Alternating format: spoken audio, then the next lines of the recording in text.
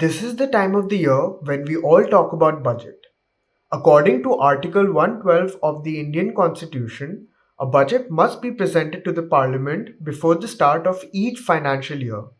The Union budget is allocated for the forthcoming fiscal year beginning on the 1st of April and concluding on the 31st of March. On the 1st of February, the Finance Minister of India presents the Union budget in the Parliament.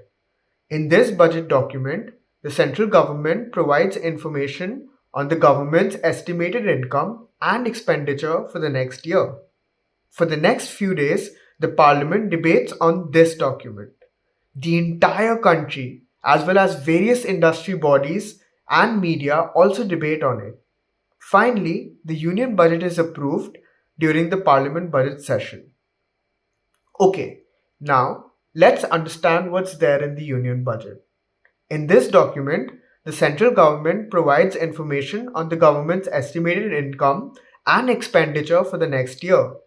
The union budget has two main sections: capital budget and revenue budget. Capital budget. The capital budget includes details of government's capital expenditure and capital income. The capital expenditure indicates government's allocation to various sectors like defense, infrastructure, healthcare, agriculture, social benefits, and education. The capital income includes government borrowings from the public, foreign governments, RBI, etc. Next, revenue budget. The revenue budget includes details of the government's revenue expenditure and revenue income. Revenue expenditure is the expenditure for the government to run its day-to-day activities, including salary, pension, and benefits to all its employees, officers, and ministers. This also includes the expenses on various services offered to citizens. The revenue income includes the income from taxes like income tax, GST, excise duty, import duty, etc. It also includes various other non-tax revenue like dividend from public sector units. The difference between expenditure and income is indicated as fiscal deficit. The government plans to meet the capital deficit by borrowing or by printing more money. To meet the revenue deficit, the government either increases taxes or tightens the expenses. It's very important for us to understand what's there in the budget and how the government plans to manage its revenues and expenditures for the next year.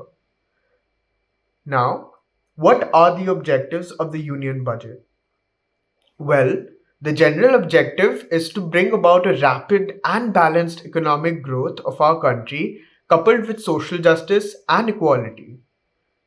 There are five major objectives. First, to ensure efficient allocation of resources. Allocating resources optimally helps to achieve profit maximization for the government so as to foster public welfare.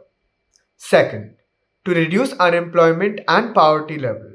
Reducing poverty level and creating more job opportunities is one of the major objectives for the government, and hence this itself is one of the major objectives of the budget. Third, to reduce wealth and income disparities.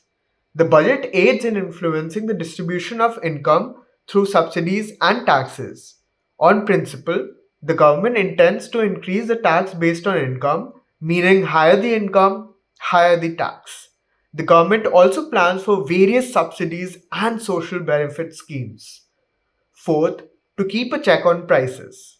The government tries to maintain a balance between expenditure and borrowing, which helps keep inflation in check. This is a pretty important objective. Fifth, to change the tax structure. The budget dictates the possible changes in the direct and indirect taxes of the country. Now, the question is, why is the union budget so important for you? Why are so many people discussing about this budget? Let's understand this.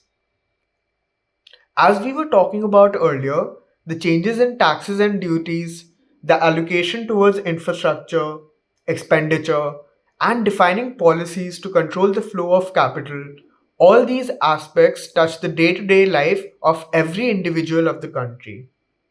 It also affects all the corporations. Taxation discussed during the Union Budget also directly impacts the prices of goods and services as well as the individual income tax. The budget has direct impact on stock prices. All these things impact an investor, and hence it's very important to understand the Union Budget. If you like this video, please don't forget to like it and subscribe to WealthAbhi. Also, please click the bell icon to be notified of our future uploads.